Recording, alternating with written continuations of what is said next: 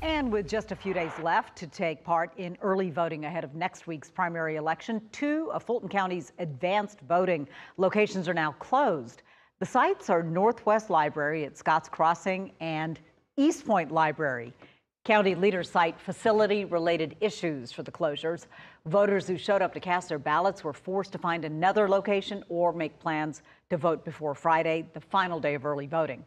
Fulton County says that there are still 30 other early voting sites available, but some voters tell us that they're determined to get those ballots cast before the end of this week. I'm really disappointed to find out this location is closed. I brought my senior friend up so she could go ahead and vote early, and now we have to go find another place. She's already handicapped. It's hard for her to get around. After early voting ends, voters in next Tuesday's primary election will have to go to their assigned precinct in order to vote. You can find your polling location on the Fulton County website or the Secretary of State's My Voter page.